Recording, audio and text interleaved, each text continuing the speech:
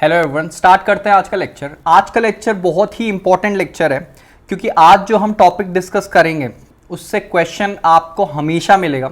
ये एक basic concept है जो इलेक्ट्रिक फील्ड, मैग्नेटिक फील्ड हर जगह काम आएगा। और इलेक्ट्रोस्टैट्स और मैग्नेटोस्टैट्स आपको पता है कितने इंपॉर्टेंट है। तो वो टॉपिक का नाम है प्रिंसिपल ऑफ सुपरपोजिशन। आज हम इस टॉपिक को बिल्कुल स्क्रैच से देखेंगे कि होता क्या है प्रिंसिपल ऑफ सुपरपोजिशन और हम कैसे हर एक क्वेश्चन में आपको सेम कॉन्सेप्ट अप्लाई करना है। अगर आपको ये बेसिक चीज पता है तो आपको स्क्वायर देगा, पेंटागन दे देगा या कोई भी रैंडम फिगर दे देगा आपके सामने, आपको सॉल्व करना आना चाहिए अगर आपको ये कॉन्सेप्ट पता है, राइट। तो देखते हैं, हम स्टार्ट करते हैं। बहुत छोटा सा लेक्चर होगा, बहुत इंपॉर्टेंट लेक्चर है, मिस कोई नहीं करेगा, ठीक है। देखो, कूलम्स हमें ये तो बता के चले गए कि 2 पॉइंट चार्जेस अगर हमारे पास, तो ये फर्स्ट पॉइंट चार्ज और सेकंड पॉइंट चार्ज दोनों क्या है, चार्ज है। मैं बोल भी रहा हूं दोनों चार्ज है, तो दोनों एक दूसरे पे फोर्स लगाएंगे। प्रॉपर्टी है भाई चार्ज की, ऑपोजिट है तो अट्रैक्ट करेंगे और अगर लाइक चार्जेस है तो रिपेल करेंगे। तो इतना तो उसने हमें बता दिया था, अट्रैक्शन या रिपल्शन हो जाएगा नेचर को देखते हुए। और फोर्स का उसने हमें बहुत अच्छा फॉर्मूला भी दे दिया, KQ1Q2 whole upon R square. ये फॉर्मूला हमारे पास है इलेक्ट्रोस्टैटिक फोर्स का। प्रिंसिपल ऑफ सुपरपोजिशन कहाँ काम आता है, ये दो तो हमें न्यूमेरिकल आते ही आते हैं, पर प्रिंसिपल ऑफ सुपरपोजिशन कब काम आएगा हमारे पास, जब मेरे पास 1 2 3 4 5 इतने सारे चार्जेस हैं। तो हमें घबराना नहीं है। मान के चलो यहां पे 1 2 3 4 एंड 5 मेरे पास 5 चार्जेस हैं। अब 5 के 5 चार्जेस एक दूसरे पे फोर्स लगाएंगे। प्रिंसिपल ऑफ सुपरपोजिशन बोलता है बहुत इजीली कि कोई किसी पे भी फोर्स जितना लगा रहा था उतना ही लगाएगा। मान के चलो ये 1 वाला 4 पे कुछ फोर्स लगा रहा है, कितना, KQ1Q2 अपॉन R स्क्वायर। अब क्या ये 5 2 और 3 चार्जेस इस फोर्स को अफेक्ट कर सकते हैं? नहीं। यही प्रिंसिपल ऑफ सुपरपोजिशन बोलता है कि आप एक एक करके निकाल दीजिए। मान के चलो आपको एग्जामिनर बोलता है भाई 4 वाले में फोर्स लगेगा, हाँ लगेगा। आसपास देखो 4 चार्जेस है, फोर्स लगाएंगे, बट कितना लगेगा? तो आप क्या करोगे, एक एक करके पहले फर्स्ट वाला कितना लगाएगा, फिर सेकंड वाला कितना लगाएगा, फिर थर्ड, फिर फिफ्थ।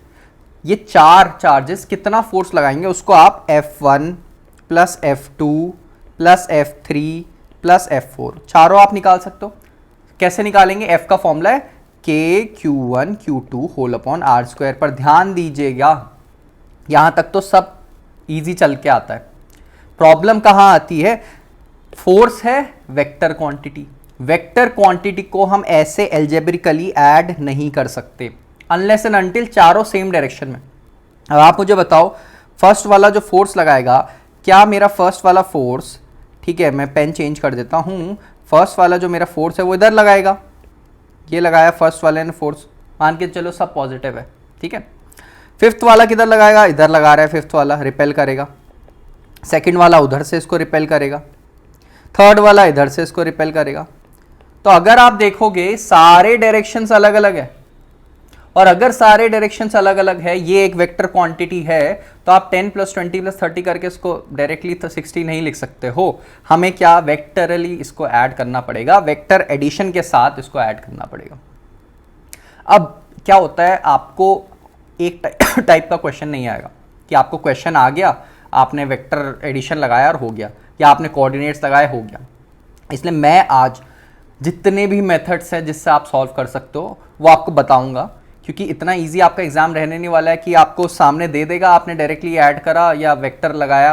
आपको सोचना पड़ेगा कि मैं क्या करूं, मैं रिजल्टेंट का फॉर्मूला लगाऊं, मैं कोऑर्डिनेट्स में लिखूं इन्हें, या मैं रेजोल्यूशन ऑफ वेक्टर्स करूं, ये आपको आना चाहिए, ठीक है। तो उसी पे हम बात करेंगे, कैसे, ध्यान देना, ढंग से सुनेंगे। इसी प्रॉब्लम को मैं दे रहा हूं। अब क्या है ना, हमारा जो ये 1 वाला है, लेट्स से ये 1 है एंड लेट्स से ये 5 है। इधर मैं थोड़ा सिंपल डायग्राम बनाता हूँ, और लेट्स से ये इधर 3 लग रहा है और इधर नीचे 2 लग रहा है, ठीक है। डायरेक्शन कुछ भी हो सकती है। अब इसकी आ रही है वैल्यू 20, इसकी आ रही है वैल्यू 10, इसकी 5, इसकी लेट्स से 40। अब टोटल फोर्स हम डायरेक्ट ऐड नहीं कर सकते, टोटल फोर्स डायरेक्ट 20 + 10 हमने यही डिस्कस करा है, डायरेक्ट ऐड नहीं होगा। तो ऐड करेंगे कैसे? दो तरीके हैं। एक तो है मेरे पास फॉर्मूला है रिजल्टेंट वाला, अगर कोई भी दो वेक्टर हमें दे रखे हैं डायरेक्टली आप रिजल्टेंट का फॉर्मूला लगाएंगे, क्या? r1² + r2² + 2r1r2 cos of theta. ये आपने डायरेक्ट फॉर्मूला लगा दिया। बट इस फॉर्मूले से मैग्नीट्यूड तो आ जाता है। जब आपको मैग्नीट्यूड पूछेगा तो आप डायरेक्टली क्या करो, पहले दो का फॉर्मूला लगा दो, पहले 5 और 1 को सॉल्व कर दो, जो इनके ये थी। आप r1 r2 सबको समझ आता है, r1 मतलब 20, r2 मतलब 10, जो इनकी वैल्यूज है फोर्सेस की, राइट। और थीटा कितना, इन दोनों के बीच में एंगल, ये हम सबको समझ आता है। आपने जब ये दोनों सॉल्व कर दिए, फिर एक रिजल्टेंट आएगा, उसको आप 2 के साथ सॉल्व करना, एक और रिजल्टेंट आएगा, उसको आप 3 के साथ सॉल्व कर देना, ठीक है। ये तो हुआ रिजल्टेंट का। कब? जब वो सिर्फ बोलेगा भाई मुझे मैग्नीट्यूड बताओ, नेट डायरेक्शन कहां लगेगा इसमें ये मुझे नहीं जानना है, just find out the magnitude of force, तो आप ये फॉर्मूला यूज करेंगे। करेक्ट है, बहुत क्लियर कट है। अच्छा, अब अगर उसने बोल दिया कि नहीं मैग्नीट्यूड तो मुझे पता चल जाएगा फॉर्मूला लगा के, मुझे ये बताओ डायरेक्शन कहां होगा, आई जे के। अब यहां पे डायरेक्शन में लेफ्ट राइट अप डाउन नहीं करूंगा, ठीक है। अब आप कोऑर्डिनेट्स पढ़ रहे हैं तो आई होगा, राइट मतलब आई कैप, ऊपर की साइड मतलब वर्टिकली ऊपर जे कैप, नीचे माइनस जे, स्क्रीन से बाहर प्लस के। तो आपको ये चीजें ध्यान रखनी, ठीक है। अच्छा, तो अगर हम क्या करेंगे, हमारे पास एक और तरीका है। मैं क्या करता हूं उस केस में, मान के चलो आपके पास एक वेक्टर ये है, एक ये है, दो वेक्टर से मेरे पे v1 और v2 या f1 और f2, आप फोर्स बोल सकते हो, फोर्स भी एक वेक्टर है। आप इनका रेजोल्यूशन कर दीजिए, v1 को इधर और इधर रेजोल्यूट कर दीजिए। मान के चलिए ये एंगल थीटा है, थीटा आपको दिया होगा क्वेश्चन में, कभी बोलता है इक्विलेटरल ट्राइंगल है तो थीटा कितना 60, ठीक है। तो या स्क्वायर है तो थीटा कितना 90। तो इधर वाला साइड आ जाता है v1 cos थीटा, ऊपर वाला साइड आता है v2 sin थीटा। कैसे आता है हमने बहुत बार डिस्कस करा है, ट्रिग्नोमेट्री यूज करिए बस, सिंपल। इसको आप पूरा एक ट्राइंगल बनाओगे तो cos theta base upon hypotenuse करके, sin theta perpendicular upon hypotenuse करके ये आ जाएगा। v2 कितना, v2 को भी दो साइड रेजोल्यूट करो तो v2 इधर आ जाएगा v2 cos थीटा, ठीक है, और इधर आ जाएगा v2 sin थीटा। अब ये हमने किया क्यों, राइट, हम इनको स्टैंडर्ड एक डायरेक्शन में ले आए। और ध्यान दीजिए मैंने आपसे एक बात कही थी स्टार्टिंग में, अगर वेक्टर्स या फोर्स एक डायरेक्शन में है ना तो उनको डायरेक्टली ऐड कर सकते हैं। क्या आप मुझे बताओ, ये v1 cos थीटा और v2 cos थीटा दोनों आई कैप में नहीं है क्या?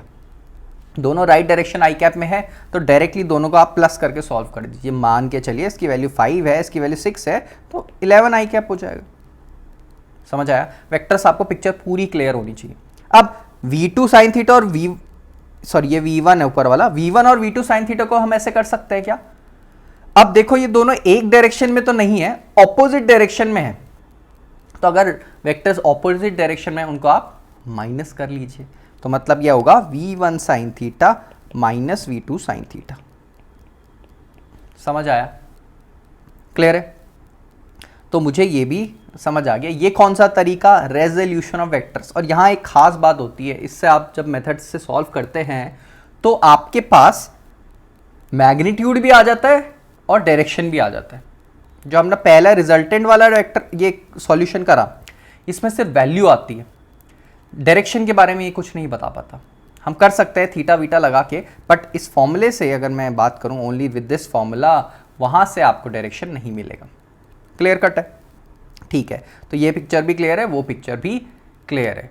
अब अगर आपको क्या करता है, अब कोऑर्डिनेट्स दे देता है, बोलता है मैं कुछ पिक्चर नहीं बनाऊंगा आप लोगों के लिए, आपको पिक्चर नहीं दिया, थीटा नहीं दिया, कुछ नहीं दिया है, डायरेक्टली बोला है क्यू चार्ज बैठा है यहाँ पे, इसके कोऑर्डिनेट है 1 1 1। ये क्यू चार्ज बैठा है यहाँ पे, ये Q1 मान लो, Q2 मान लो, इसके कोऑर्डिनेट्स है 2 3 4। अब बताओ जरा फोर्स और फोर्स का डायरेक्शन। तो फोर्स तो इजी,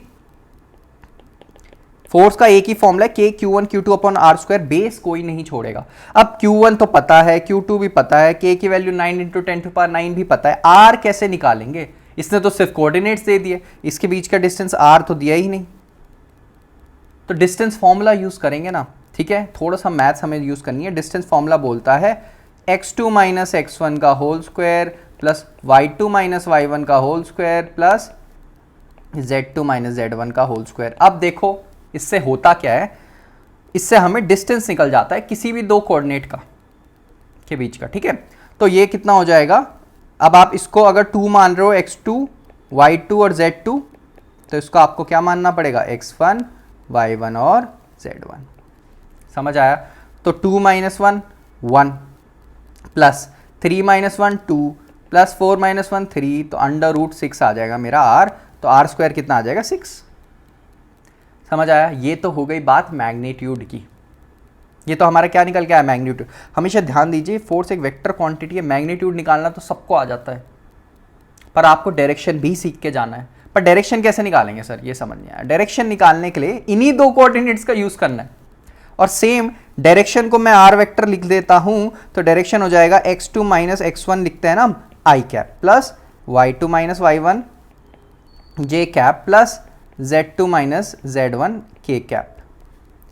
अब थोड़ा ध्यान देना, ठीक है। 2 minus 1 1 i cap plus 3 minus 1 2 j cap plus 4 minus 1 3 k cap. ये आ गया मेरा डायरेक्शन। तो हमने मैग्नीट्यूड ऊपर अलग से निकाला, डायरेक्शन नीचे निकाल दिया।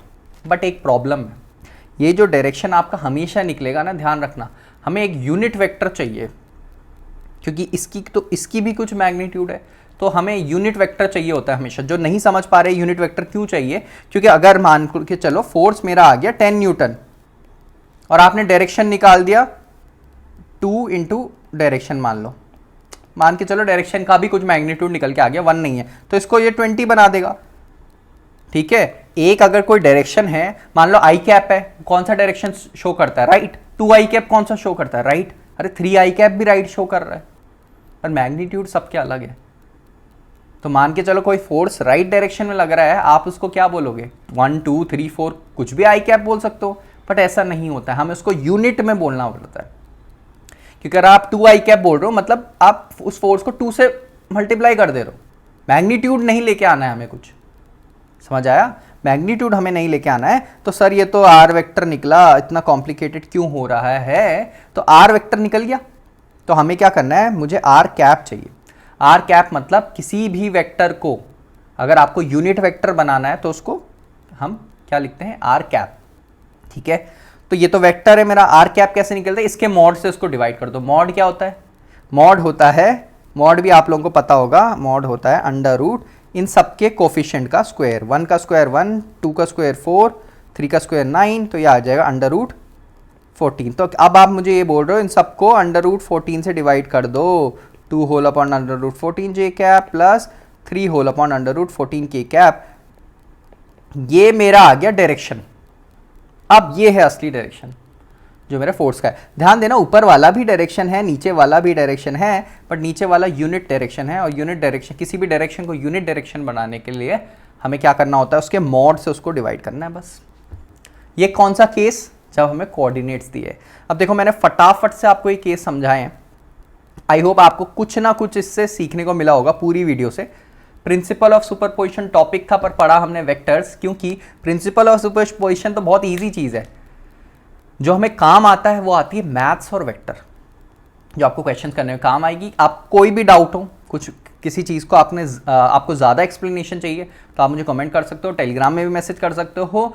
ऐसी अगर आपको किसी भी फिजिक्स से रिलेटेड टॉपिक को वीडियो चाहिए तो आप मुझे कमेंट करके बता सकते हैं, कोई सा भी कॉन्सेप्ट हो। तब तक के लिए study hard, take care, bye bye.